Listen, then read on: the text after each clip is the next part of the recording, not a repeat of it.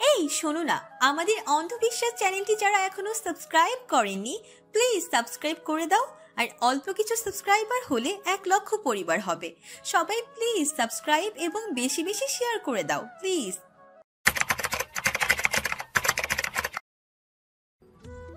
ও ঠিক বলেছে ভাইয়া। তুমি কেন বলতে গেলে? তোমার জন্য লেট হয়েছে, আমরা কি তোমাকে কিছু বলতে বলেছি? তুই তো চুপই থাক, তোর জন্যই কাল লেটটা বেশি করে হয়েছে। তুই সবার পরে এসেছিলি, এখন তো মনে হচ্ছে সত্যিটা বললেই ভালো করতাম। আফরা এদের কথায় চুপ হয়ে গেল। নিহানের সাথে সেই ফুলের দোকানে ভরা রাস্তা দিয়ে বেশ কিছুক্ষণ হেঁটেছে তারা। দুজনে এই কথা বলতে বলতে কখন যে সময় অতিবাহিত হচ্ছে সেই দিকে তাদের খেয়ালই ছিল না। ভাবনার মাঝে দেখে তার দিকে আস্থা কেমন করে যেন তাকাচ্ছে। এর মধ্যে হৃদের খাবার শেষ, তাই সে উঠে নিজের রুমে চলে যেতে লাগলো। হৃদ উঠতেই আফরা আস্থাকে বলল, একটা কথা আছে জানিস? কি কথা? কথাটা হচ্ছে, যার জন্য করি চুরি সেই বলে চোর চোর। মানে? আমি তোর পক্ষ নিয়ে ভাইয়ার সাথে কথাটা বললাম, আর তুই ভাইয়ার উত্তর শুনে আমাকে নিয়ে মজা নিচ্ছিস? বাহ! যা, ফালতু কথা বলবি না। আমি তো তুই তো কি? বাদ দে তো, তাড়াতাড়ি খেয়ে নে, নানুর সাথে দেখা করতে হবে তো। আস্থা ও আফরা তার নানুর কাছে গিয়ে সালাম দিল। সুফিয়া খাতুন তাদের নানু সালাম নিয়ে আফরাকে কাছে নিল। যদিও সে আস্থাকেও ভালোবাসে, কিন্তু নিজের নাতনিকে তো একটু বেশি ভালোবাসে। সুফিয়া খাতুন দুজনের সাথে কথা বলে একটু রেস্ট নিতে চাইলেন, তাই দুজনে চলে গেল। অনেকটা পথ জার্নি করে আসছে, তার রেস্ট নেওয়াটাই সত্যি প্রয়োজন। দুজনেই নিজেদের রুমে যেতে নিলে দেখে সদর দরজা দিয়ে তার বাবার ফুপু মানে রুকেয়া বেগম, তাদের সে দাদু হয়, উনি আসছেন। মহিলাটা প্রচন্ড খিটখিটে মেজাজের মানুষ, সবার সাথেই সুযোগ পেলেই শুরু করে দেয় তার অযথা কথা দিয়ে অপর মানুষটাকে কষ্ট দেয়া, সবাইকে বকাছকা করা তার জন্মগত স্বভাব। তাকে দেখে আফরা বলে, এসে গেছে, এখন দেখবি শান্তি আর দিবেন না। বুঝি না, ওনার একবার কবরে চলে গেছে, তাও শয়তানি ছাড়ে না কেন? ছি আফরু, এগুলো বলে না। যতই হোক উনি আমাদের মুরব্বি হয়, সম্মান দেয়াটা আমাদের জরুরি। আমি ওনাকে ঠিকই সম্মান করতাম বা করি, কিন্তু উনি সবসময় মার চাচিদের সাথে যেমন করে, এগুলো দেখতে দেখতে কেমন জানি আসে না ভেতর থেকে সম্মানটা। সবকিছুতে খুঁত ধরাটাই একটা বাজে স্বভাব। এখন কি করার বল? কিছু বাজে স্বভাবের জন্য তো আর তাকে নিয়ে এরূপ কথা বলাটাও ঠিক না। বেশি বলিস না, চল দেখা করে আসি, নয়তো এটা নিয়েও কথা শোনাবে। রুকেয়া নামের মহিলাটার কাছে যেতে ওরা দুজন সালাম দিয়ে কেমন আছে বিভিন্ন কিছু জিজ্ঞেস করে তিনি উত্তর দিয়ে ওরা কেমন আছে বলে। তারপর সুমি ও নাফিসা বেগমকে উদ্দেশ্য করে বলে, কি গো বৌমারা, তোমাগো কি জীবনও আক্কেল হইব না? কেন ফুপি, কিছু কি হয়েছে? কি আর হইব, কত কইরা কইলাম তোমার বড় মাইয়ারে আগে বিয়া দিতে দিলে না, এখন তো বুড়ি হইয়া যাইতে নিছে, আর বিয়া দিলা ভাগ্য ভালো যে ওর জন্য জামাই পাইছো, কিন্তু ওই দুইটার বেলায় অমন কইর না, বড়টার বিয়া শেষ হইলেই এই ছোটটার জন্য জামাই দেখা শুরু কইর, পরে কিছু হইলে আফসোসের শেষ থাকবো না। আপনি চিন্তা করবেন না ফুফি, আমরা দেখব ব্যাপারটা। দাদু, তুমি এভাবে বলছো কেন? আপির তো পড়াশোনাও এখনো শেষ হয়নি, তাছাড়া আপির বয়সটা কি খুব বেশি নাকি? এই মায়া তো দেখি মুখে মুখে তর্কও করে। শোনো রাফসানের বউ, তোমার মায়ারে আগে বিয়া দাও, নইলে ওই তর্ক করার জন্যই ওর বিয়া হইব না। এনার কথায় সবাই চুপ করে আছে। এই মহিলার সাথে বেশি কথা বলা যাবে না, উনি শুধু ঝগড়া করার জন্য জায়গা খুঁজে। তাই সুমি বেগম, আস্থা আর আফরাকে উপরে যেতে বলল। রুকেয়া বেগম ফ্রেশ হয়ে খেয়ে নিল, 1 কাপ চা চাইলো। সে তার মাথাটা নাকি একটু ভার হয়ে আছে, তাকে চা দিতে ম্যাক গেল। সে ম্যাককে দেখে নাফিসা বেগম বলল, এটা কে? ও আমাদের রিজভানের বউ। ও এই মায়াই সে? জি। তা মায়া, তোমার নাম কি? জি, আমার নাম মেঘ। রুকেয়া বেগম ম্যাককে দেখে বেশ খুশি হলো। সে ম্যাককে কাছে বসিয়ে পিঠে হাত বুলিয়ে দিল। রিজবানকে নিয়ে সেও খুব চিন্তিত ছিল। যেমনই হোক রিজবান তার ছেলের মতো, অবশেষে ছেলেটা যে বিয়ে করেছে এটাই তো অনেক। সে ম্যাককে বেশ আদর করলো, কিন্তু হঠাৎ করে তার স্বভাবটা তার সাথে আবার সাক্ষাৎ করলো। মেঘের চুলগুলো ছোট, তাই সে বলল, এই মাইয়া, তোমার চুল এত ছোট কেন? বাড়ির বউ তুমি, ফ্যাশন কইরা চুল কাটো কেন? এবার নাফিসা বেগম বেশ বিরক্ত হলো। এই মহিলা আসার পর থেকে কারো না কারোর সাথে ঝামেলা করেই যাচ্ছে। তাই সে বলল, ফুপি, আপনি ভুল বুঝছেন, ও ফ্যাশন করে চুল কাটেনি, ওর চুলই এমন। তুমিও এখন দেখি তর্ক করো। নাফিসা বেগম কিছু বলতে যাবে তখনই রাবেয়া বেগম আসলেন, মানে নুহার আম্মু। তাকে দেখে রুকেয়া বেগম চুপ করে গেল, নিজের কাছে রাবেয়াকে ডাকলো। এই মহিলাটা শুধুমাত্র এই মেয়েটাকে কিছু বলে না, খুব বেশি ভালোবাসে তাকে, তাই নিজের নামের সাথে মিল রেখে ভাইয়ের মেয়ের নাম রেখেছিল। সন্ধ্যা হয়ে গেছে, চৌধুরী বাড়িতে মোটামুটি প্রায় সবাই চলে এসেছে। আস্থা, আফরা ও নুহা ছাদে বসে এখনো গল্প করছে। তাদের সাথে প্রথম দিকে রায়কাও ছিল, কিন্তু যেহেতু তার বিয়ে তাই সবাই এসে আগে রায়কার কথাই বলছে, তাই সে নিচে চলে গেছে। এছাড়াও তাদের নানুর সন্ধ্যাবেলা ছাদে থাকতে প্রত্যেকে না করেছে, কিন্তু রায়কা শুনলেও ওরা তিনজন শুনেনি। তারা তাদের মতো গল্প করছে। ছাদে মৃদু বাতাস বইছে, ছাদের উপর রাখা ফুল গাছগুলোতে ফুল ফুটেছে। মৃদু বাতাসে মেয়ে তিনটার সামনের চুলগুলো উঠছে, তবে আস্থার বেশি বেশি উঠছে, কেননা ওর চুল খোলা। আফরা বসা থেকে উঠে একটা ছোট্ট গোলাপি রঙের নয়নতারা ফুল ছিঁড়ে এনে আস্থার কানে গুজে দিল। আস্থাও তাই করল। নুহা বসে বসে গম্ভীর মুখে দুই বোনের কর্মকাণ্ড দেখছে। আস্থা ও আফরা ঠোঁট টিপে হাসছে। দুজনে দুটো ফুল নিয়ে নুহার দুই কানের পাশে গুজে দিল। এতে করে তিনজনে হেসে উঠল। রিত সকালে যে ঘুমিয়েছে সে একদম সন্ধ্যার দিকে উঠে দুপুরেও খায়নি ছেলেটা। সুমা বেগমও তাকে ডাকেনি, কেননা রিত ঘুমানোর আগেই মাকে বলেছেন যেন না ডাকে, কাল ঘুম হয়নি, তাই সেও আর ডাকেনি।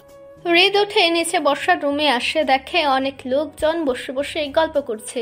তাদের সাথে রায়কা বসে আছে। মূলত সবাই রায়কাকেই এটা সেটা জিজ্ঞেস করছে। রিদকে সিঁড়ির সামনে দেখে সুমি বেগম উঠে ছেলের কাছে গিয়ে তাকে খাবার দিবে নাকি জানতে চায়। রিদও হ্যাঁ বলে তারপর তার মা যেতে নিলে বলে, আফরা নুহা কই? ছেলের প্রশ্নে সুমি বেগম মুচকি হিচকি হেসে বলে, আস্থার সাথে ছাদে বসে আড্ডা দিচ্ছে। রিদ মাকে খাবার বাড়তে বলে একটু উপরে যায়। ছাদের সামনে এসে দেখে তিনজন খিলখিল করে হাসছে। হৃদে আস্থাকে দেখে রাগ হলো। এই ভর সন্ধ্যাবেলা চুল ছেড়ে রাখার কোনো মানে আছে? যদিও সে এগুলো মানে না, তবে সে আস্থাকে নিয়ে কোনো রিস্ক নিতে চায় না। তাছাড়া এখন ছাদেই বা থাকতে হবে কেন? তাই সে ছাদে যেতে বলে উঠে, তোরা এখনো এখানে কি করছিস? নিচে যা দ্রুত। হৃদের কথাই আফরা, নুহা ও আস্থা ছাদ থেকে নেমে যেতে নেয়। আফরা ও নুহা চলে যায়, কিন্তু আস্থা যেতে পারে না। আস্থা হৃদের সামনে দিয়ে যেতে নিলে হৃদ আস্থার হাত ধরে ফেলে। ওরা চলে যেতে হৃদ আস্থাকে বলে, হাতে ব্যান্ড রেখে কি লাভ যদি চুলই না বাঁধিস? আমি বেঁধে দিচ্ছি। ঘোর। হ্যাঁ, বলছি ঘুরে দাঁড়া। হৃদের কথায় আস্থা তার পিঠ হৃদের দিকে ঘুরিয়ে দাঁড়ায়। হৃদ আলতো হাতে আস্থার হাত থেকে হেয়ার ব্যান্ডটা নিয়ে নিজ হাতে আস্থার মাথায় ছুটি করে দেয়। খুব মনোযোগ দিয়ে কাজটা করে সে। মনে হয় যে এটা তার রোজকার কাজ। চুল বাঁধা হতে আস্থা বলে উঠে সে খেয়েছে কিনা, এতে হৃদ না করে। তাই আস্থাও তাকে তাড়াতাড়ি নিচে যেয়ে খেতে বলে, কিন্তু হৃদ তো এক ধ্যানে আস্থার মুখের দিকেই তাকিয়ে। আফরাডা ফুলটা চুল বাঁধার সময় পড়ে যায়, তাই সে নিজে গাছ থেকে একটা ফুল ছিঁড়ে আস্থাকে পরিয়ে দেয়। তখন সে আস্থার দিকে তাকিয়ে এতে আস্থা বলে, আর কতক্ষণ এভাবে তাকিয়ে থাকবেন? নিচে চলুন না, এভাবে না খেলে তো ক্লান্ত হয়ে যাবেন। তোকে দেখে আমার চোখ কখনো ক্লান্ত হবে না। চোখ না হলেও শরীর হবে। এই মুহূর্তে শরীরও হবে না। কেন? কারণ তুই আমার ক্লান্ত শরীরকে সতেজ করার ক্ষমতা রাখিস। সকালবেলা থেকে বাড়িতে সবাই বিভিন্ন ধরনের কাজে ব্যস্ত।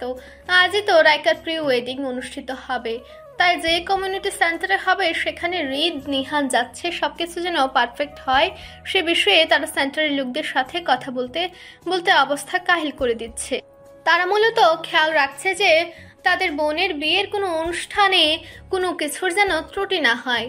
রিসান সাহেবও এই কাজ সে কাজের বাহানায় বাড়িতে তেমন থাকছেন না। সে মূলত রায়কার সামনে যেতে নিলেই কষ্ট পাচ্ছে। নিজের কোলে পিঠে করে মানুষ করা তার ছোট্ট মেয়েটা এত বড় হয়ে গেছে যে তার বিয়ে দিয়ে দিচ্ছে। 2 দিন পরে সে অন্য কারো ঘরে চলে যাবে। এটা ভাবলেই যেন তার বুকে চিনচিন ব্যথা অনুভব হয়। সুমি বেগমও কাজের ফাঁকে ফাঁকে নিজের মেয়েটাকে বারবার দেখছে। রায়কাকে নিয়ে সবাই বসে এটা সেটা বলছে। বাড়ি ভর্তি মেহমান, তাই কাজের চাপটাও বেশি। তবে নাফিসা বেগম ও সুমি বেগমও কে অনেক সাহায্য করছে। সুমি বেগমের মন ব্যাকুল। 2 দিন পর তার মেয়েটা চলে যাবে। এটা যেন তার জন্য অনেক কষ্টদায়ক বিষয়, যদিও এটা স্বাভাবিক বিষয়। সে নিজেও তো তার মা বাবা ছেড়ে সংসারে এসেছিল। এখন এটাই তার পরিবার। সে নিয়ম অনুযায়ী প্রতিটা মেয়েরই জীবনে এমনটাই হবে, এটা স্বাভাবিক। এগুলো নিজে মনে বলে নিজেকে বোঝাচ্ছে, কিন্তু মায়ের মন তো যত যুক্তি হোক না কেন কথায় মন তো মানে না। দুপুর 2টো কি 3টে বাজে। আফরা, আস্থা ও তাদের বেশ কিছু কাজিনরা মিলে আস্থার রুমে গল্প করছে, পাশাপাশি রূপচর্চা করছে। কি সব একটার পর একটা দিতেই আছে। নুহা একটা ফেস প্যাকের কথা শুনেছে তার এক ফ্রেন্ডের কাছ থেকে। খুব ভালো নাকি এটা। শোনার পর সবার জন্য একটা একটা করে আনা হয়েছে। কয়েকটা বেশিও এনেছে যদি লাগে। নিহান হৃদরা বাড়ি ফিরেছে বেশ কিছুক্ষণ আগে। ফ্রেশ হয়ে খাবার খেতে গেছে। তখনই ম্যাক বলে তার বোনদেরও ডেকে আনতে। তারা অনেকক্ষণ যাবৎ ডাকছে, কিন্তু পরে পরে বলে ওরা আর আসছে না। যদি ভাইদের ধমক খেয়ে আসে তাই এদেরকে যেতে বলে। এটা শুনে নিহান হৃদকে বসতে বলে সে যাবে বলে চলে যায়। আস্থার রুমের সামনে সে দরজায় নাক করতেই ভেতর থেকে কালো কিছু একটা পড়া কেউ নিহানের সামনে এসে দাঁড়ায়। শুধু চোখ আর দাঁতগুলোই দেখা যায়। রুমের ভেতর অন্ধকার, যার ফলস্বরূপ শুধু সামনে দাঁড়ানো ব্যক্তির দাঁত আর চোখগুলোই নিহানের সামনে দৃশ্যমান হয়। এতে ছেলেটা চিৎকার দিয়ে ওঠে, ভূত! ভূত! আস্থার চিৎকারে নিহান চুপ হয়ে যায়। ও বুঝতে পারে ওর সামনে দাঁড়ানো ব্যক্তিটি অন্য কেউ নয় বরং আস্থা। এটা বুঝতে পেরে আস্থার মাথায় একটা গাঁটটা মেরে নিহান বলে, কি সমস্যা তোর? এগুলো কি সব লাগিয়েছিস? আমি তো ভয় পেয়েছিলাম। আর তুই কেন চিল্লাচ্ছিস? তুই ভূত কোথায় দেখলি? তোমার চিল্লানোতে ভয় পেয়েই তো আমি। কথাটা বলে আস্থা মাথা নিচু করে ফেলে। নিহান মাথায় আলতো করে আর একটা গাঁটটা মেরে মুচকি হাসি দিয়ে বলে, মুখে এসব কি লাগিয়েছিস? নুহা বলছে এগুলো দিলে ফেস গ্লো করে, তাই। ও কি করে জানে? জীবনে তো কিছুই দিতে দেখলাম না। ওর এক ফ্রেন্ড বলেছে। আচ্ছা, এখন এসব হাবিজাবি বাদ দিয়ে নিচে আয় খেতে। নিহান যেতে নিয়েও আবার আসে আস্থা রুমের সামনে। এসে সবার কথা জিজ্ঞেস করে। তবে আস্থা কিছু বলার আগে ভেতরে তাকাতে দেখে ওর যত কাজিন আছে, ছোট বড় সবারই একই অবস্থা। আফরা ওইসব লাগিয়ে বসে আছে। তাই নিহান এবার শব্দ করে হেসে দেয়। এতে কম বেশি সবাই লজ্জা পায়। নিহান ওদের লজ্জা পাওয়া দেখে আস্থাকে সবাইকে নিয়ে খেতে আসতে বলে। সে চলে যায়। খাবার পর্ব শেষ হতে মেয়েরা নিহানকে ধরে বসে যেন সেও তাদের মতো ফেস প্যাকটা লাগায়। নিহান এতে দ্বিমত প্রকাশ করে। সে কিছুতে এসব মেয়েলি জিনিস মাখবে না।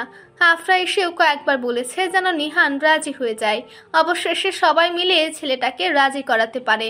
নিহানকে ফেস প্যাক লাগিয়ে দিলে সে চুপচাপ বসে থাকে। এতেও যেন তার বোনদের শান্তি হলো না। তারা শসা কেটে এনে সামনে রাখতে নিহান তা খেতে নেয়।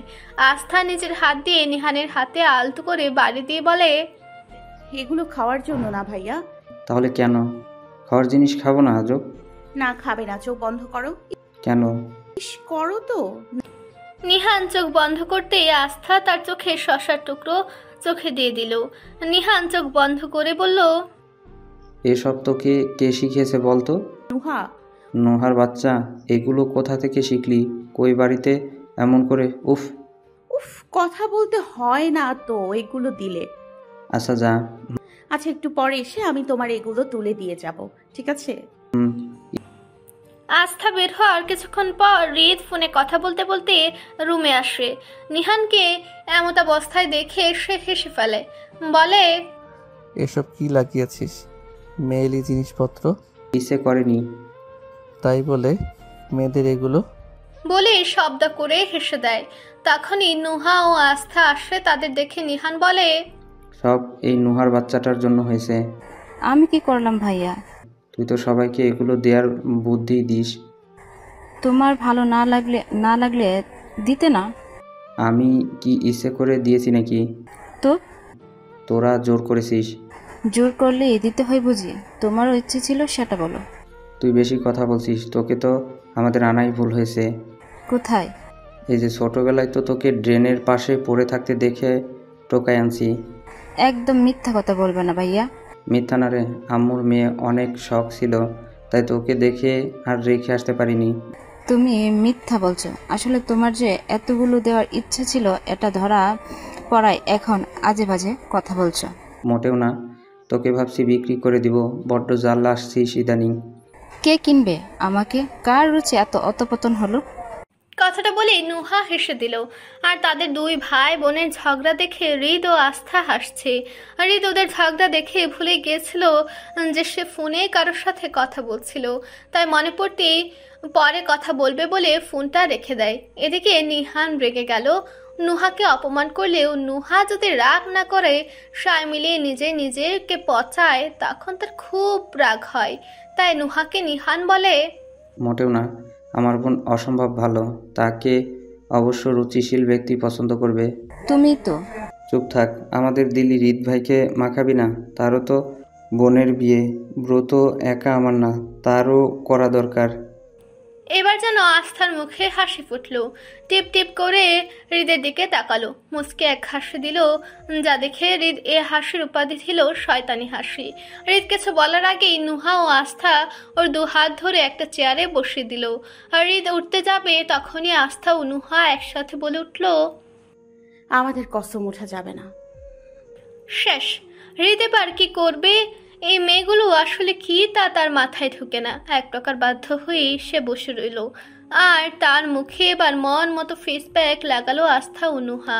ওরা চলে যেতে নিহান এবার হৃদের দিকে ঘুরে বসে হাসতে হাসতে বলল, এই না, একটু আগে কে যেন বলেছিল মেয়েলি জিনিস মাখিস লজ্জা করে না? এখন তো দেখি। চুপ কর, আর একটা কিছু বললে খবর আছে তোর। কয়টায়? রাত 8টার না 9টার? অভদ্র ছেলে। বিকেলের শেষ ভাগ। সন্ধ্যা নামবে বলে রায়কাকে নিয়ে তার কাজিনরা পার্লারে চলে গেছে। তবে নুহা, আফরা ও আস্থা এই তিনজন যায়নি। প্রথমে আফরা ও আস্থা বলে তারা পরপর কিছুদিন সাজবে। আজকে পার্লার থেকে সাজলে পরবর্তীতে সাজে হয়তো তাদের তেমন ভালো লাগবে না। তাছাড়াও এত মানুষ হয়ে গেছে, সময়ও বেশি লাগবে। তার থেকে ভালো তারা দুজন বাসাতে সাজবে। ওদের কথা শুনে নুহাও বাড়িতে সাজতে চায়, তাই তিনজনই বাড়িতে একসাথে সাজার সিদ্ধান্ত নেয়। রিসান সাহেব বাড়ি থেকে বের হয়েছেন বহু আগে। সে এখন সেন্টারের একের হলুদ প্রথমে সেখানে করতে চাইলেও এখন তা বাড়িতে হবে, শুধু বিয়েটাই কমিউনিটি সেন্টারে হবে। তাই হলুদে যে বাড়িটা সাজাতে হবে এর জন্য তো বেশ কিছু কাজ আছে। তাই সে তার ভাইদেরও ও হৃদ নিহানকে নিয়ে বের হয়েছে। রিসান সাহেব ও তার ভাইয়েরা সেন্টারে গেলে ও নিহান ও হৃদ গেছে বাড়ি সাজানোর ব্যবস্থা করতে। কাল বাদে পরশু তো হলুদ, কালকের মধ্যেই সব শেষ করতে হবে। দুই ভাই মিলে ফুল স্টেজ সাজানোর জন্য যা যা লাগে সব কিছুর ব্যবস্থা করতে গেছে। আবার ছাদের ঠিক কোন পাশটায় তারা স্টেজ করবে তা নিয়েও বাড়ি এসে ভাবতে হবে। তিন বোন বসে আফটার রুমে সাজুগুজু করছে, একজন অন্যজনকে সাজতে সাহায্য করছে। সুমি বেগম ও নাফিসা বেগম বেশ কয়েকবার তাদের ডেকে গেছে, কিন্তু তাদের তো এখন কিছুই শেষ হয়নি, যার জন্য তারা বের হচ্ছে না। এর মধ্যেও তারা ম্যাগকেও সাজিয়ে দিয়েছে। ম্যাঘও আজ যায়নি পার্লারে। প্রথমে ভাবে ওরা যায়নি যে ছোট মেয়েগুলো বাড়িতে সাজবে আর সে চাচি হয়ে কিনা পার্লারে যাবে, তা কি হয়? তাই সে যায়। ম্যাঘা আজ শাড়ি পরেছে, হালকা করে সাজিয়ে দিয়েছে তাকে, চুলগুলো খোপা করে দিয়েছে সুন্দর করে, সামনের দিকে কিছু চুল বের করা। মেয়েটাকে আজ অনেক সুন্দর লাগছে। হৃদ ও নিহান বাড়ি ফিরেছে মাত্র, দুজনেই ফ্রেশ হতে চলে গেছে। হৃদ সিঁড়ি দিয়ে ওঠার সময় তার মাকে বলে গেল তারা যেন সবাই রেডি থাকে, দুজন ফের ফ্রেশ হয়ে বেরিয়ে আসবে। তার বাবা ও চাচারা আসবে না, তারা ওখানে আছে। ছেলের কথা সুমি বেগম বলে যে তারা সবাই রেডি, ওরা আসলে বের হবে, লেট করবে না, সমস্যা নেই। মায়ের কথায় হৃদ কিছুটা স্বস্তি পেল, ফ্রেশ হতে চলে গেল। সবাইকে হৃদ নিহান গাড়িতে উঠিয়ে দিয়ে বেশ কয়েকটা গাড়ি ইতিমধ্যে বাড়ি ত্যাগ করেছে কাঙ্ক্ষিত জায়গায় পৌঁছানোর জন্য, কিন্তু মেয়ে তিনটার কোনো খবর নেই। নিহান যেতে দেখলো আফরা আর নুহা চলে এসেছে, কিন্তু আস্থা আসলো না।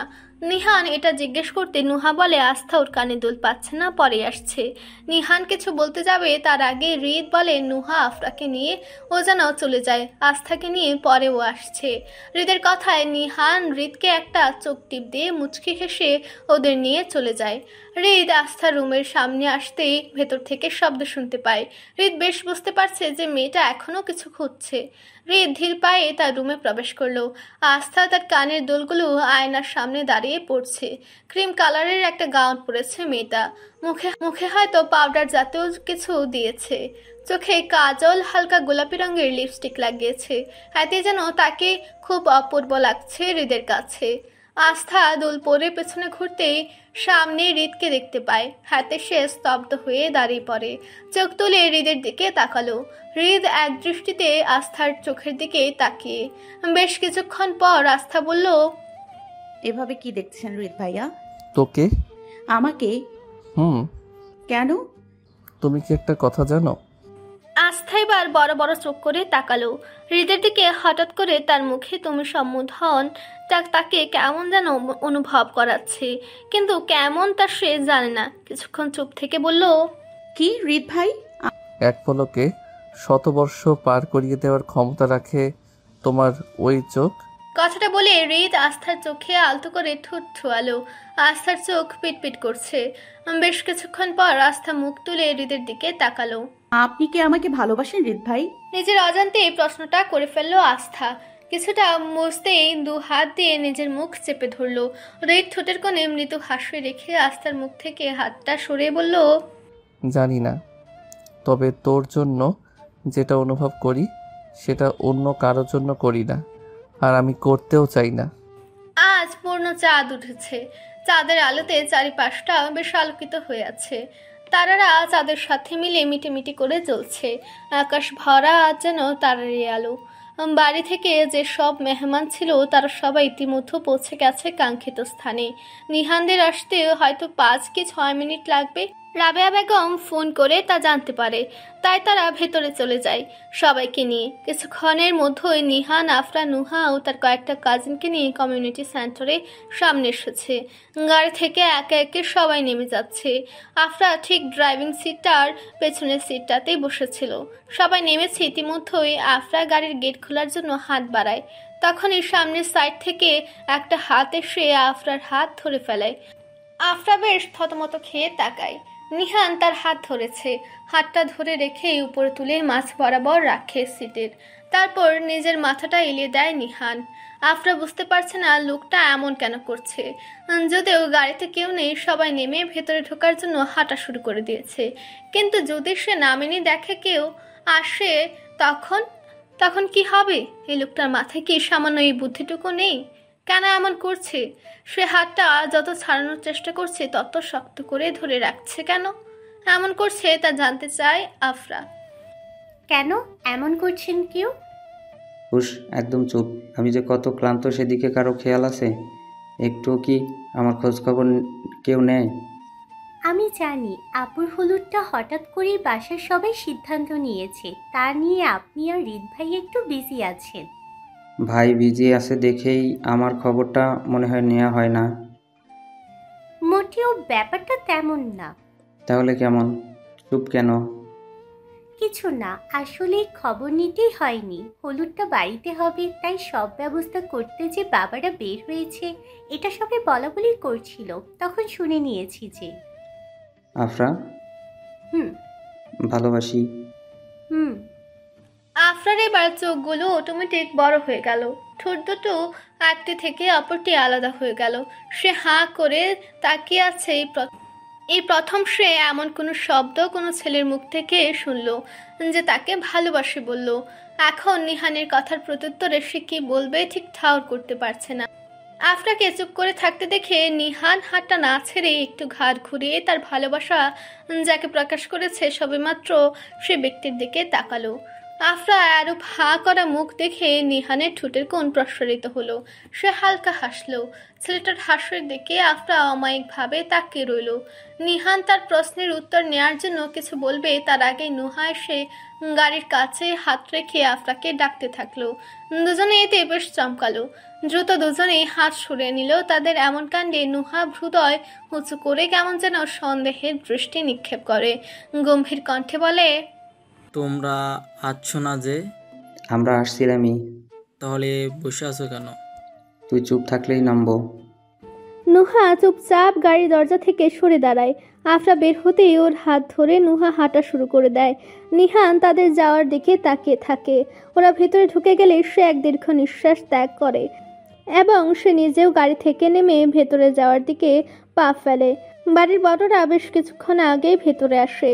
এসে যে যার মতো বসে পড়ে। অনেকে আবার ছবি তুলতে ব্যস্ত হয়ে পড়ে। ছেলের বাড়িরও অনেকে এসেছে, তবে বর ও তার কয়েকটা কাজিন আসেনি। ফোন করে জানতে পারে তারা জ্যামে বসে আছে। এদিকে রায়কারাও আসছে না। তারা জানায় তারা নাকি এখনো পার্লার থেকে বের হয়নি। সব দিকটাই দেখতে হচ্ছে রিসান সাহেবকে। রিকটা যে কেন এখনো এলো না তাই সে বুঝতে পারছে না। রিজবানকে বেশ কয়েকবার বলেছে যেন ফোন দিয়ে জেনে নেয়। রিজবান ভাইকে বলে এখানে সব কিছু ঠিকঠাক আছে এখন, আর এখানে না থাকলেও চলবে। তারা যেন এবার সবার সাথে গিয়ে কথা বলে। আর সে রিতকে ফোন করে জেনে নিচ্ছে আসতে কতক্ষণ লাগবে। রিজবানের কথায় রিসান সাহেবও আর দ্বিমত পোষণ করেনি, চলে গেছে সবার সাথে দেখা সাক্ষাৎ করতে। রিজবান ফোন করে রিত কোথায় আছে জানতে চাইলে সে বলে রায়কাদের নিয়ে আসছে। রিজবান তাদের তাড়াতাড়ি আসতে বলে ফোন রেখে দেয়। হৃদের সাথে কথা বলে রিজবান পেছনে ঘুরতে স্তব্ধ হয়ে দাঁড়িয়ে পড়ে। হাত থেকে ফোনটা ঠুস করে পড়ে যায়। সে যেন চোখের পলক ফেলতে ভুলে যায়। সামনে এমন সুন্দর করে এক রমণী দাঁড়িয়ে থাকলে তো এমন হবেই। তার উপর যেখানে দাঁড়ানো রমণীটি তার ব্যক্তিগত। ম্যাগ এসে রিজবানের সামনে দাঁড়ায়। মূলত সে রায়কা কেন এখনো আসেনি তা জানতে এসেছিল, কিন্তু রিজবানের এভাবে তাকানোতে সে বেশ ইতস্তত বোধ করছে। বেশ কিছুক্ষণ এভাবে তাকিয়ে থাকার পর রিজবানের ধ্যান ভাঙে মূলত মানুষের হাসাহাসির শব্দে। চারিপাশে তাকিয়ে দেখে সবাই এ কথা সে কথা বলে নিজেরাই হাসাহাসি করছে। মেঘের দিকে তাকাতেই বুঝতে পারে মেয়েটা বেশ লজ্জা পাচ্ছে, কিন্তু রিজবানের কিছু করার ছিল না। সে তো এই প্রথম মেয়েটাকে শাড়িতে দেখেছে। বেশ সময় মেঘ শাড়ি পরলেও রিজবান তা খেয়াল করেনি। সে তো তখন বুঝতেও পারেনি যে একটা সময় পর সে এই মেয়েটার প্রতি দুর্বল হয়ে যাবে। মেঘ মাথা নিচু করে দাঁড়িয়ে আছে রিজবানের সামনে, কিন্তু সে যে কিছু বলতে চাচ্ছে রিজবান তা বেশ বুঝতে পারছে। তাই নিজের শুকনো গলাটা একটু ভিজিয়ে নিতে একটা ধূপ গেল। নরম কণ্ঠে জানতে চাইল মেঘ কি বলতে চায়। কিছু বলবে? জি বলো। সরি, রাইকা এখনো আসেনি, সবাই ওর কথা বলছে, যদি একটু ফোন করে জানতেন। মেঘের দিকে তাকিয়ে হালকা হাসি দেয় রিজবান, আর মনে মনে ভাবতে থাকে যে অল্প দিনে মেয়েটা কি সুন্দর করে সবার মন জুকিয়ে নিল, সবার খেয়াল রাখে। দেখে মেঘ তার উত্তরের আশা এখনো তার মুখ পানে তাকিয়ে। আর তাই রিজবান ম্যাককে জানায়, আমি রিতকে ফোন করেছিলাম, বলল ওরা আসতেছে রাইকাকে নিয়ে, বেশি সময় লাগবে না, তুমি টেনশন করো না, যাও গিয়ে সবার সাথে বসে কথা বলো। জি। কথাটা বলে ম্যাক চলে যায়। রিজবান তখনও তার যাওয়ার দিকে তাকিয়ে। ম্যাক আড়াল হতে সে বড় বড় করে শ্বাস নিল, নিজে বিড়বিড় করে বলতে থাকলো, আর কিছুক্ষণ সামনে থাকলে নিশ্চয়ই কিছু একটা হয়ে যেত। একটা মানুষ এত আকর্ষণীয় কিভাবে হতে পারে? রুকিয়া বেগম সুমি ও নাফিসা বেগমকে বারবার ছাড়ি দিয়ে যাচ্ছে। সুমি বেগমকে বলছে, কি গো বড় বউ, তোমার মায়াই কি খালি বিয়া হইতেছে আর কি কারোর বিয়া হয় নাই নাকি? এতক্ষণ লাগেনি আইতে? মোবাইল করো তোমার মায়ারে, তাড়াতাড়ি আইতে কও। এগুলো কেমন মায়া মানুষ, সবাই আয়সা পড়ছে, কিন্তু যার বিয়া আর হেই আয় না। জি আমি দেখছি। কথাটা বলে সুমি বেগম তার সামনে থেকে সরে যায়। এই মহিলার সাথে কে যাবে এখন ঝামেলা করতে? তাকে এত করে বলা হলো যে রিত নিয়ে আসছে রাইকাকে, তাও সে কখন থেকে একই কথা বলছে। এমন তো নয় যে ফারহান এসে বসে আছে আর রায়কা আসছে না। ফারহানও তো আসছে না, আসার আগে নিশ্চয়ই রায়কারা চলে আসবে। সুমি বেগম যেতে রুকিয়া বেগম নাফিসা বেগমকে বেশ কর্কশ ভাষায় বললেন, শোনো রাফসানের বউ, একটা কথা। জি ফুপু বলুন। মায়া গো, এত ছাড় দেওয়া ভালো না। যা করতাছো ভালো করতাছো না। কি করলাম? তোমার মায়া কই, এখনো তো দেখলাম না। জি ওর তো রেডি হতে দেরি হচ্ছিল তাই। তাই কি? নাফিসা বেগম চুপ করে আছে, কি বলবে তিনি। তার মেয়েটাও তো কি হতো রায়কাদের সাথে গেলে। তাকে চুপ থাকতে দেখে তিনি আবার বললেন, তোমার মায়া কি মরার শ্বাস সাজে নাকি যে এতক্ষণ লাগে? জি না, ও জন্মের শ্বাস সাজতেছে তাই আসতে লেট হচ্ছে। রুকিয়া বেগম মুখটার সাথে সাথে গম্ভীর করে ফেলল। কিছু বলতে যাবে তখনই রাবেয়া বেগম এসে তার ফুপুকে নিয়ে গেল ফারহানের পরিবারের একজনের সাথে দেখা করাতে। নুহা ও আফরা বসে আছে। কিছুক্ষণ পর দুজন দুজনকে বিভিন্ন পোজে ছবি তুলে দিচ্ছে, কিন্তু এখন আর তাদের ভালো লাগছে না। কতক্ষণ নিজেরা পিক উঠাবে। আস্থাটাও আসছে না, তাই দুজনে মিলে বেশ কয়েকবার আস্থার গোষ্ঠী উদ্ধার করেছে। আফরা একটু কমই করেছে, গোষ্ঠীটা তো তারই, তাই বেশি কিছু বলেনি। নিহান এসেছে আফরা আর নুহার কাছে বেশ কিছুক্ষণ ধরে। সে লক্ষ্য করেছে দুজনেই মন খারাপ করে বসে আছে। কিছুক্ষণ পর পর দুজনেই কাকে যেন বকছে। তাদের কথার ধরন দেখে বোঝা যাচ্ছে, যদিও এটা সে আন্দাজ করেছে, তাই তার আন্দাজটা সঠিক কিনা তা জানতে দুজনের কাছে যে বলে, কি করা হচ্ছে দুজনে? আপুরা কেন আসছে না আর যে ভালো লাগে না। এসে পড়বে। কি এসে পড়বে বলছো? তখন থেকে সবাই একই কথা বলছো, আমার কিন্তু এখন বিরক্ত লাগছে। আচ্ছা বাদ দে, আয় আমার সাথে কয়েকটা ছবি তুলি। নিহানের কথায় দুই ভাই বোন বেশ কয়েকটা ছবি তুলে, আবার নিহানের সাথে আফরাও কয়েকটা ছবি তুলে নেয়। রাইকা পার্লার থেকে বের হয়ে দেখে ফারহান বাইক নিয়ে দাঁড়িয়ে। সে এখানে কেন তা রাইকা জানতে চাইলে ফারহান জানায় তার ইচ্ছে ছিল তার বউকে সে নিজে বাইকে করে আজ নিয়ে যাবে, তাই সে এখানে। কিন্তু বাসার মানুষ যখন দেখবে কি ভাববে, তখন এটা বলতে নিলেই দেখে হৃদ ও আস্থাও দাঁড়িয়ে। এবার যেন এক স্বস্তির নিঃশ্বাস ছাড়ল। রাইকা তার ভাই থাকতে তার আর কিসের টেনশন, সব তো সে দেখে নেবে। হৃদ মিম ও বাকি কাজিনদের বলে তারা যে গাড়ি করে এসেছিল সেটা করেই যেন যায়। ফারহান ও তার সাথে কাজিনরাও বাইকে করে এসেছে। তারা রাইকার সাথে দেখা করে ইতিমধ্যে রওনা দিয়ে দিয়েছে। আস্থা যেই গাড়িতে উঠতে যাবে তখনই হৃদ বলে ওঠে, তুই আমার সাথে যাবি? কোথায়? বলদ কোথাকার, আবার যেখানে যাওয়ার কথা সেখানেই। কথাটা বলে হৃদ আস্থার হাত ধরে, একটা বাইকের সামনে দাঁড়ায়, নিজে উঠে আস্থাকে উঠতে বলে। আস্থা টাল বাহানা না করে উঠে পড়ে। হৃদ আস্থাকে এভাবে দেখে গাড়ির ভেতর বসে বসে মিম যেন বেশ জ্বলছিল মনে মনে। হাজার গালি ও বদদুয়া শেষ সে আস্থাকে দিয়ে দিয়েছে। বাইকে বসে আছে হৃদ। আস্থা হৃদ নিজ হাতে বাইকে ওঠার আগে আস্থাকে হেলমেট পরিয়ে দিয়েছে। বাইক স্টার্ট দেওয়ার সময় হৃদ বলার আগে হঠাৎ করে আস্থা হৃদকে শক্ত করে জড়িয়ে ধরে। আস্থার কাণ্ডে হৃদের ঠোঁটের কোণে হাসি ফুটে উঠল। হৃদ বাইক চালানো শুরু করলো রাত্রিবেলা। এমনিতেও পরিবেশ দিনের থেকে ঠান্ডা থাকে। চারিপাশে সড়ক বাতিরা খেলা করে, তাদের আলো দিয়ে তার সাথে কি সুন্দর ঠান্ডা বাতাস গায়ে সে মৃদু ধাক্কা দিয়ে যাচ্ছে। আস্থাকে তার কাছে যেন সব কিছু স্বপ্ন মনে হচ্ছে, তাই সে হৃদকে আর একটু শক্ত করে ধরে মনে মনে বিড়বিড় করে বলল, যখন প্রিয় মানুষটার সাথে থাকে তখন হয়তো সব কিছুই জাদুকরী লাগে। চারিপাশে আলো ঝলমল করে খেলা করছে। পরিবেশে আজ যেন আনন্দের অনুভূতিরা উচ্ছ্বাস করে বেড়াচ্ছে। খুব মনোরম একটা পরিবেশ। যেহেতু শীত খুব কাছাকাছি, তাই ধীরে ধীরে আবহাওয়াটাতেও ঠান্ডা ভাবটা বিরাজ করা শুরু করে দিয়েছে, যা বেশ ভালোভাবে উপলব্ধি করা যায়। রাইকাকে নিয়ে ফারহান ও বাকিরা যারা তাদের সাথে ছিল সবাই নিজেদের গন্তব্যে পৌঁছেছে মাত্র।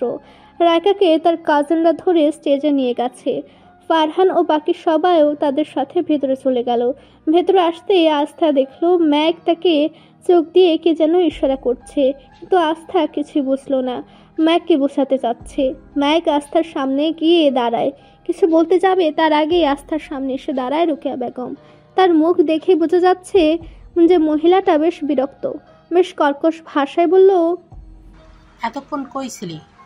জি, আপুকে নিয়ে আসতে গিয়েছিলাম। রিত ভাই বলল আপুকে নিয়ে আসবে, তাই ওইখানে। বুঝছি, কিন্তু দেখলাম যে জামাইও আসছে। দুইজন কি একই সাথে আসছে? জি, আমরা সবাই একসাথেই। আস্থার কথা শেষ হওয়ার আগেই রোকেয়া বেগম চলে গেলেন সুমি বেগমের কাছে। বড় বউ, একটু এদিকে আসো তো। জি, 1 মিনিট আসতেছি। একটু তাড়াতাড়ি আসো। সুমি বেগম ফারহানদের বাড়ির লোকদের সাথে কথা বলছিল। রোকেয়া বেগমের ডাকে তিনি এক সাইডে গিয়ে দাঁড়ালেন। কি বলতে চায় তাই শুধালেন। জি ফুপু, বলুন, কি বলবেন? কিছু কি লাগবে? আপনার কি কোনো সমস্যা হচ্ছে? শোনো, তোমাগরে আর কি কমু, তোমার মায়ারা আগে থেকেই ঠিক করে রাখছিল যে জামাই আর সে এক লগে আসবো। কি বলছেন এসব?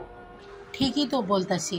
শোনো, সামনে এমন কোনো চিন্তা কইরা রাখলে না কইরো, এমনিতেই জামাইরে নিয়া আসছে মানুষ, কথা বানাইতে দুইবার ভাববো না। তুমি নিশ্চয়ই চাও না যে আমাগো বাড়ির মায়াদের নিয়ে কেউ কটু কথা কোক। জি ফুপু, আপনি বলেছেন, আমি কথাটা মাথায় রাখবো। বাড়ি ফিরি, পরে দেখছি ব্যাপারটা। রোকেয়া বেগম সত্যি ম্যাঘ আস্থার দিকে হতাশজনিত এক দৃষ্টি নিক্ষেপ করলো, কিন্তু আস্থা কিছু বুঝতে পারছে না। সে অল্প সময় তো ছিল না, তার মধ্যে কি হলো, তার এখানে কি হচ্ছে, এই ভাবনাটা ছেদ করেই ম্যাঘ বলল, তোমার মাথায় একটুকু বুদ্ধি নেই আস্থা? আমি কি করলাম? মেঘামা কিছুই তো বুঝতেছি না। তোমরা একেই তো লেট করে আসছো, তার উপর রাইকাকে ফারহান নিয়ে আসছে। এ কি বাইকে করে আসছে, এটা কম বেশি সবাই দেখছে। এতে কি হয়েছে মেঘামা? বুদ্ধু মেয়ে, আমরা এটা স্বাভাবিকভাবে দেখলেও এখানে অনেক মুরব্বীরা আছে, তাদের ধ্যান ধারণা এখনো আগের মতোই। অনেকেই ফিসফিস করে অনেক কিছু বলছে, আর তুমি তো ফুপিকেও বলে দিলে উনি এখন বড় আপুর সাথে গেছে কথা বলতে। বুঝছো কিছু? সরি, আমি বুঝিনি। বাদ দাও, দেখা যাক কি হয়। তবে এখন আর কেউ কিছু জানতে চাইলে সব যে আগে থেকেই ফারহার প্ল্যান করেছিল এটা বলো না। জি। ওদের কথার মাঝে নুহা আর আফরা এসে আস্থাকে নিয়ে যায়। তবে যাওয়ার সময় ম্যাঘ আস্থার হাতটা ধরে হাতে আস্থা ম্যাগের দিকে তাকায়। ম্যাঘ মুচকি হেসে বলল, তোমাকে আজকে অনেক সুন্দর লাগছে আস্থা। আমাদের তো বললেন না, আমাদের কি ভালো লাগছে না? তোমাদেরও লাগছে। সত্যি তো? আস্থাকে নুহা আর আফরা নিয়ে গেল রাইকার কাছে। 4 বোন মিলে অনেকগুলো ছবি তুলল। মেম কিছুটা দূরেই দাঁড়িয়েছিল। আসলে আস্থাকে আসতে দেখে সে সরে যায়। রাইকা আর ফারহান আস্থাকে একটু বেশি ভালোবাসে, যার কারণ আছে। মেয়েটার জন্যই তো তাদের বিয়েটা হচ্ছে, তাই তাকে একটু ভালোবেসে বাসবে, এটাই স্বাভাবিক। কিন্তু মিম কেন জানি না আস্থাকে সহ্যই করতে পারে না। রাইকারা ছবি তোলার সময় কোথা থেকে যেন হৃদ আর নিহানও চলে এলো। 2 ভাই বোনদের সাথে ছবি তুলছে। রাইকাকে দেখলেই বোঝা যাবে যে মেয়েটা আজ অনেক খুশি হবে, নাই বা কেন? এত বছরের ভালোবাসাকে ধীরে ধীরে পূর্ণতা পেতে দেখছে। হৃদকে আসতে দেখে মিম তাদের কাছে সে হৃদের সাথে একদম লেগে দাঁড়ায়। হৃদ বেশ বিব্রত বোধ করে এতে। মেয়েটা সুযোগ পেলেই তার ক্লোজ হতে এসে পড়ে। হৃদ মিমকে একটু সাইড করে রাইকা ও আফরার মাঝে গিয়ে দাঁড়ায়। 2 বোনের ঘাড়ে নিজের 2 হাত দিয়ে ধরে ছবি তুলতে থাকে। ছবি তোলা শেষ হলে সবাই এটা সেটা বলে হাসাহাসি করতে থাকে। এক পর্যায়ে সবাই বসে গল্প করে জানতে চায় রাইকা ও ফারহানের প্রেমের গল্প শুরু হয় কিভাবে, তাদের দেখা কিভাবে, ভালোবাসা, সব কিছু জানতে চায়। এক পর্যায়ে আস্থা বলল, আপু ভাইয়াকে যেই টর্চার করেছে। এই, আমি কি করেছি? আর তুই না আমার বোন, ওর পক্ষে কথা বলতে তো লজ্জা করে না? ও আমার বোন, ও আমার অনেক উপকার করেছে। আমার বোন না হলে এত কিছু ও করতোই না। আমি তো ওকে অনেক ভালোবাসি, তুমি ওকে যতটা ভালোবাসো তার থেকে বেশি। বলছে তোমাকে, আমি বেশি ভালোবাসি ওকে। তোমরা থামো তো, দুজনেই আমাকে ভালোবাসো, আমি জানি। ওদের আস্থাকে নিয়ে এত আধিক্যতা মিমের জানা সহ্যই হচ্ছে না। এত বেশি বেশি করার কি আছে এই মেয়েকে নিয়ে? এই মেয়ে তো একটু ভালো না। তার হৃদ ভাইকে বশ করে রেখেছে, নয়তো হৃদের এত ক্লোজ ও যেতে চায়, তবু হৃদ তার থেকে দূরে সরে যায়। সে কি বোঝে না হৃদ কেন তার থেকে দূরে যায়? আজ তো এই মেয়েকে সে একটা শিক্ষা দিয়েই ছাড়বে। আচ্ছা রাইকা আপু, বলো না কিভাবে তোমাদের প্রেম হলো, প্লিজ প্লিজ। মিমের জোড়াজুড়ি দেখে বাকি কাজিনরাও জানতে বেশ উৎসুক হলেও তারাও বলছে তাদের সব প্রথম থেকে বলতে। তাই রাইকা বলতে শুরু করলো কিভাবে তাদের দেখা, কিভাবে সব শুরু হলো, ফারহান তাকে কিভাবে প্রপোজ করেছে, সবকিছু।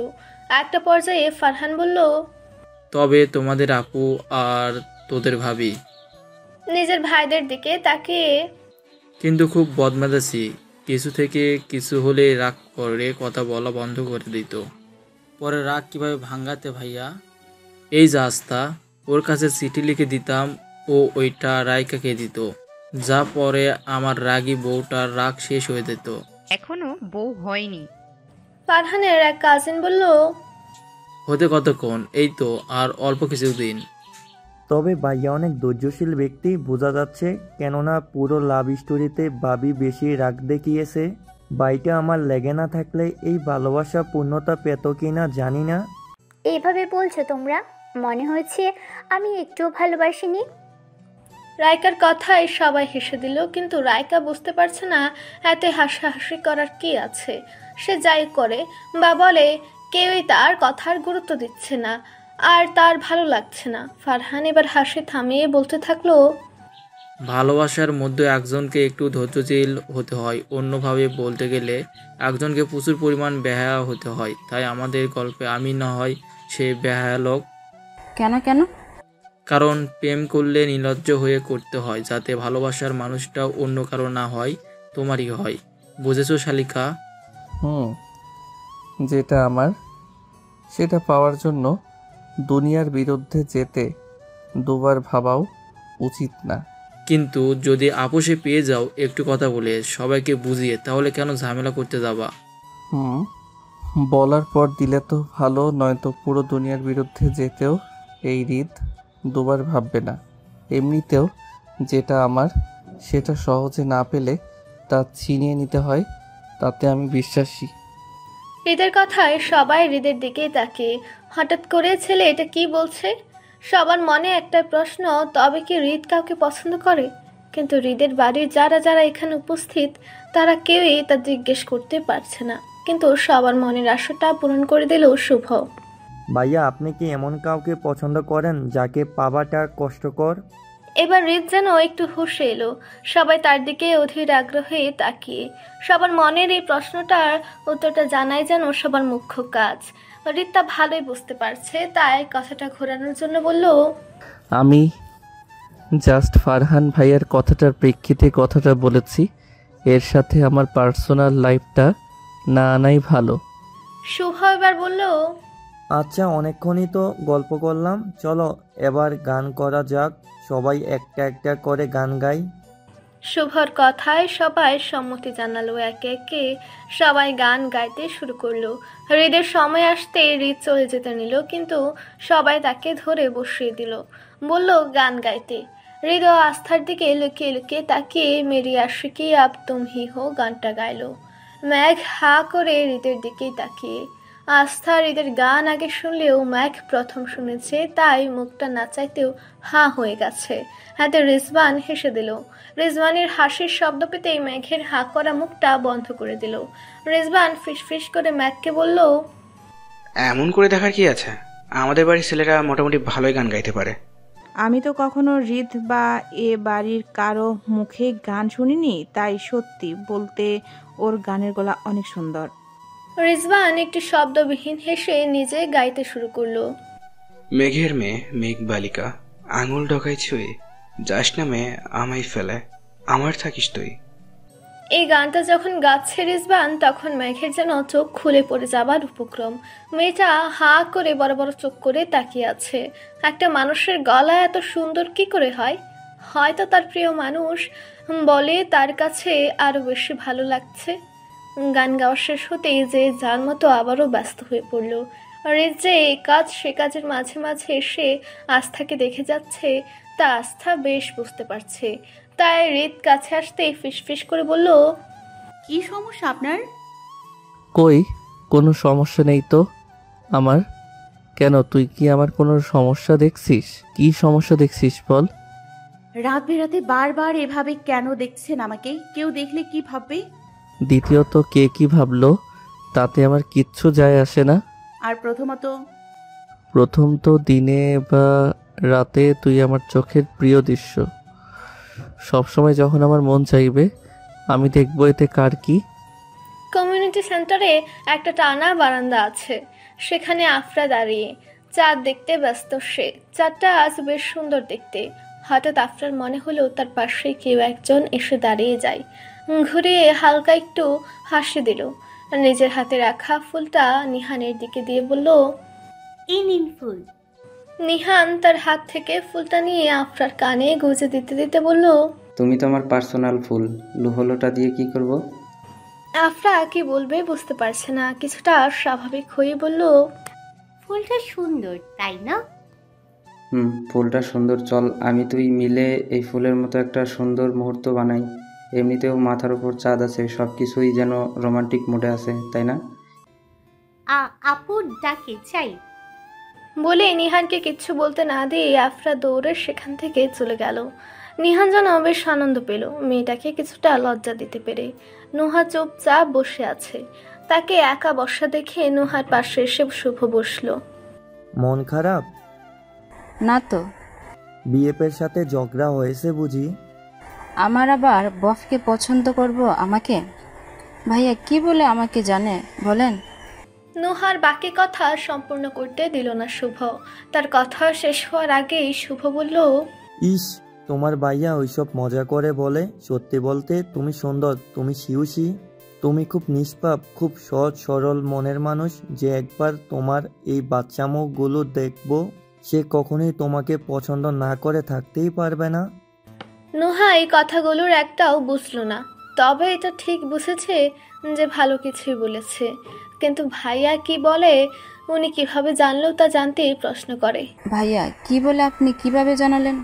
নিয়ান ভাই যখন এগুলো বলছিল তখন আমি রিত ভাইয়ের সাথে কথা বলছিলাম। ঝলমলে আয়োজিত রাতটা বেশ ভালোই কাটলো সবার। মজা মাস্তি করে বাড়িতে ফিরতে বেশ রাত হয়ে গেছে, তাই বাড়ি ফিরে কেউই তেমন কিছু বলল না কাউকে। যে যার মতো রুমে গিয়ে শুয়ে পড়লো। তবে সবাই ঘুমালেও হৃদের চোখে ঘুম নেই। এই ছেলেটার ঘুম যে একটা বজ্জাত মেয়ে কেড়ে নিয়েছে। তখন পার্টিতে হঠাৎ করে আস্থার মন খারাপ হয়ে গিয়েছিল। তার চোখ মুখে যেন বিষণ্ণতার গ্রাস করেছে। হঠাৎ এমন মন খারাপের কারণ কি হতে পারে তা হৃদ জানে না।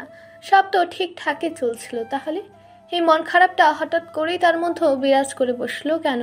মন খারাপের আগমন হওয়ার পর থেকে মেয়েটা কারোর সাথে কথা বলছিল না। তার ভেতরে যে ঝড় চলছিল তা কেউ না বুঝলেও হৃদ কিন্তু ঠিক বুঝেছিল। আস্থার এমন মন খারাপের কারণ সে তো জানে না।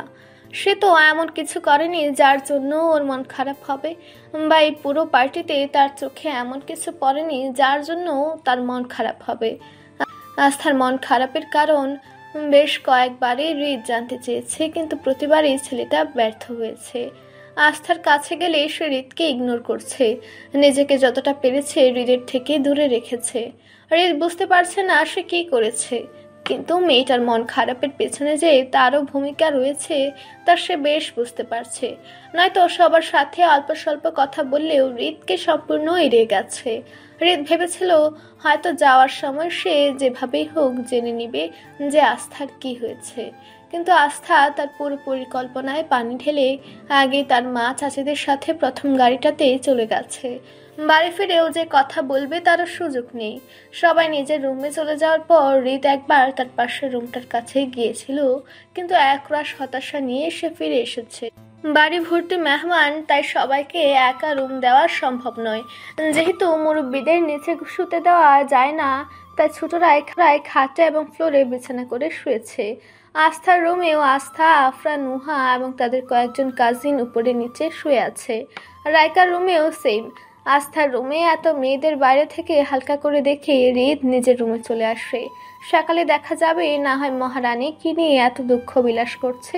ভোর সকাল হৃদের হঠাৎ করে বন্ধ চোখ জোড়া খুলে যায়। পাশে রাখা মোবাইলটা অন করতে দেখে 5:40। এটা দেখে সে এক দীর্ঘশ্বাস ছাড়ল। সে এই পুরো রাতে মাত্র 2 ঘন্টা ঘুমিয়েছে। রাতে আস্থার কথা ভাবতে ভাবতে সে রাত পার করে ফেলে। 3টা কি 3:30টার দিকে হঠাৎ করে তার চোখ লেগে যায়। ঘুমেরা তার কাছে ধরা দিয়ে আসে, তাই হৃদও তারে না দিয়ে ঘুমের সাথে আলিঙ্গন করে। বিছানা থেকে উঠে ওয়াশরুমে গিয়ে ফ্রেশ হয়ে বের হয় হৃদ। বিছানায় এখনো নিহান ঘুমাচ্ছে। হৃদ নিহানের কাছে গিয়ে ধাক্কা দিতে দিতে বলে, ওঠ। কিরে ওঠ। কিসের সমস্যা? একটু ঘুমাতে দাও। দেখ, নাটক বাদ দে। এমনিতেই এক একজনের নাটক দেখতে দেখতে বিরক্ত হয়ে যাচ্ছি। তুই নতুন করে শুরু করিস না। এত সকালে উঠে কি করব? ছাদে চল। এখন থেকে কাজ শুরু করলেই টাইমের আগে কাজ শেষ হবে, নয়তো দেখা যাবে রাইকা সেজেগুজে দাঁড়িয়ে আছে আর তার ভাইরা তখনও তার স্টেজ সাজাচ্ছে। একটু পরে যাই না? অলস বেড়ার কাছে আমি কিন্তু আমার বোন বিয়ে দিব না। হৃদের কথাটা কর্ণপাত হতেই নিহান লাফ দিয়ে উঠে বসে। হৃদাতে হালকা হাসে, তবে নিহানকে তা বুঝতে দেয় না। মুখে গম্ভীর ভাব এনে বলে, দেখ শখ কত। যেই আমার ছোট বোনটার কথা শুনছে অমনি উঠে পড়েছে। না না ভাইয়া, আমি উঠতে নিছিলাম। ঢং করা বন্ধ কর মেয়েদের মতো। তুই শুধু দুর্ভাগ্যবশত আমার কলিজা ফুপুটার ছেলে, তাই বেঁচে গেলি। কি করিস? তোকে আমি আমার বউটার খবর দেওয়ার জন্য এ বাড়িতে বেশি আসা যাওয়া করতে বলেছিলাম, আর তুই তার অসৎ ব্যবহার করে কিনা আমার বোনটাকেই পটিয়ে ফেললি। আর এমনিতে তো তোর মুখে জীবনেও ভাই ডাক শুনলাম না। যেই আমার বোনটাকে পটালি তখন থেকে ভাই, আবার তুই বাবা কত সম্বোধনে যে শুনছি। আমি মোটেও অসৎ ব্যবহার করিনি, আমি আগে থেকেই ওকে পছন্দ করতাম। তোর পছন্দটা আমার বোন, তাই বেশি কিছু বলতেও পারি না। যাকগে, তুই এখন উঠেছিস বলে যে আমার বোনকে সহজে পাবি এই আশা বাদ দে।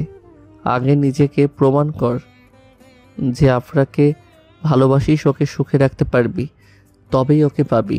আমি আমার বোনের সুখের দিকে একচুল পরিমাণও অবহেলা করব না।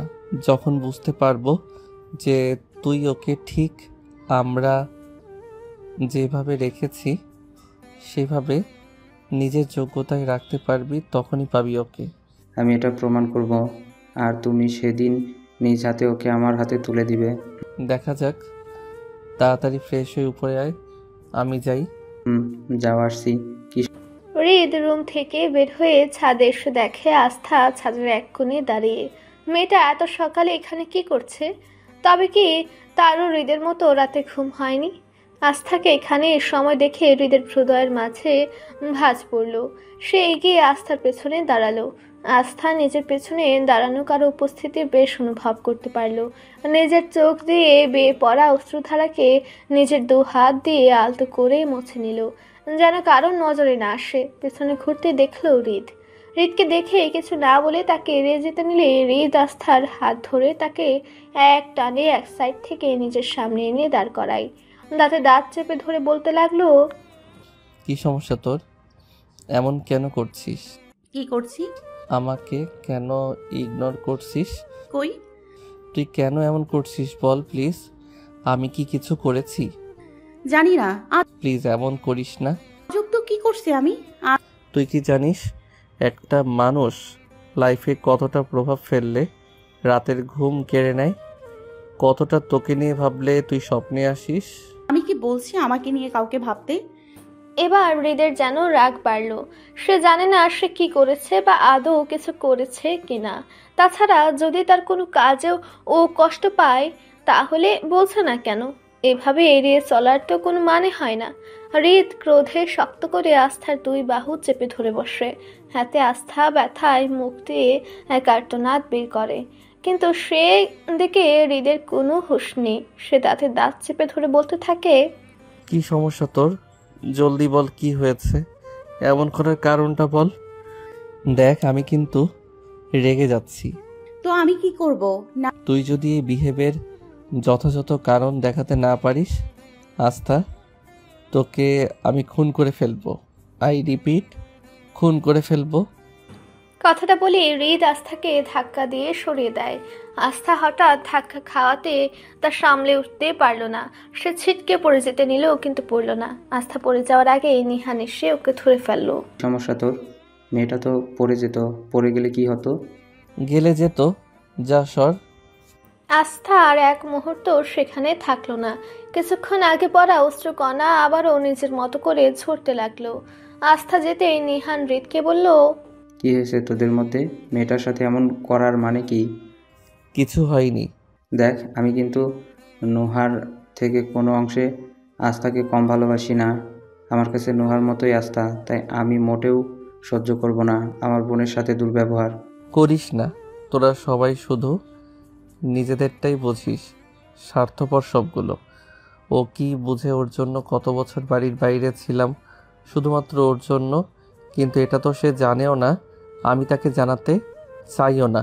কিন্তু এখন যখন সব কিছু আমি ঠিক করে নিচ্ছি, তখন হঠাৎ ওর কি হলো? ও কেন কারণ ছাড়া আমাকে ইগনোর করছে? আচ্ছা, আমি দেখছি কি হয়েছে ওর। ছাদ থেকে নেমে আস্থা নিজের রুমে এসে দেখে কম বেশি সবাই ঘুম থেকে উঠে গেছে। সে কারোর সাথে কোনো কথা না বলে ফ্রেশ হতে চলে গেল। ফ্রেশ হয়ে বের হতে আফরা তাকে এক সাইডে নিয়ে গিয়ে বলল, কি হয়েছে তোর? কাল থেকে দেখছি হঠাৎ করে মন খারাপ করে ফেলেছিস। তেমন কিছু বলছিস ওর না, শরীর খারাপ লাগছে? না তেমন তাহলে কিছু না রে। আপু চলে যাবে তাই বুঝি মন খারাপ লাগছে? আরে মন খারাপ কাল করব, আজ হলুদ, আজ অনেক মজা করব। মন খারাপ বাদ দে তো। ওয়েট কর, আমি ফ্রেশ হয়ে আসি, পরে নিচে গিয়ে চল সবার সাথে গল্প করব। হৃদ আর নিহান কয়েকজনকে দেখিয়ে দিচ্ছে কিভাবে সাজাবে, কোথায় কোন ফুলটা দিবে, সবকিছু। তারা চায় না রাইকার কোনো কিছুতে যেন কোনো কমতি না থাকে। হৃদরা এটা সেটা দেখিয়ে দিচ্ছে। এমন সময় রিসান সাহেব ও তার আদরের বোন রাবেয়া বেগম ছাদে আসে। এসে মুখে হাসি রেখে বলে, আমার বাবা জানরা দেখি অনেক কাজ করছে। এই বাড়িতে কতদিন পর বিয়ে হচ্ছে, তাও এই বাড়ির মেয়ের কোনো কমতি কিভাবে রাখতে দেই বলো ফুপুজান? নিহানের বিয়েতেও কিন্তু সব নিজের হাতে সামলাতে হবে। সেটা যে সব দিক দিয়ে আমাকে দেখতে হবে তা আমি জানি। তো করবি না ভাই না তোর? বোন আমার। কি? কিছু না। হৃদ তখন প্রথম কথাটা জোরে বললেও বোনটা আমার ফিস করে বলেছে, তাই কেউই তেমন কিছু বুঝতে পারেনি। রাবেয়া বেগম দুজনকে নিচে আসতে বলে চলে গেল। তাদের বলে গেল যেন জলদি আসে, নাস্তা করে যেন আবার কাজ করে। রাবেয়া বেগম চলে যেতে হৃদ তার বাবার কাছে গিয়ে দাঁড়ায়। রিসান সাহেব বেশ বুঝতে পারছে তার ছেলে এখন অসভ্য মার্কা কোনো কথা বলবে। তার ভাবনাটাকে সত্যি করে দিয়ে হৃদ বলল, এবার তো আমারও বিয়ে করা উচিত। নিহানকেও বিয়ে দিতে যাচ্ছে ফুপু, আর আমি তো ওর বড়। তাছাড়া বিয়ের বয়স আমার অনেক আগেই হয়েছে। এবার তো বিয়েটা দিয়ে দাও। ঠিক আছে, তোমার আম্মুকে মেয়ে দেখতে বলবো। দেখার কি আছে, নিজেদের কথা কি ভুলে গেছো? তুমি জানো এত সহজভাবে হবে না সে কথা রাখা। সেটা তোমাদের বিষয়। হৃদ। জি। আজ ওরা আসছে। যার ইচ্ছা আসুক, যাক, আমার কি। শুধু আমার বউয়ের দিকে নজর না দিলেই হবে। কথাটা বলে হৃদ নিহানকে ডাক দেয়। নিহান একটু দূরে দাঁড়িয়ে কথা বলছিল। হৃদের ডাকে এসে তাকালে হৃদ ওকে নিয়ে নিচে চলে যায়। নিচে আসতে দেখে সবাই বসে নাস্তা করছে। হৃদ একটা চেয়ার টেনে বসলো, নিহানও তার পাশে বসলো।